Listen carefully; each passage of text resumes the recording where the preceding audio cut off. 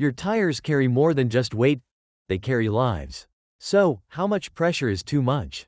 Too low? You risk a blowout. Too high? You lose grip. The right pressure? It saves fuel, ensures control, and protects your journey.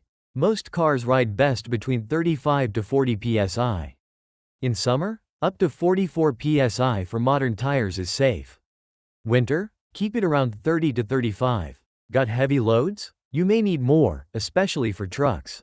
But always check your tire's sidewall or manual.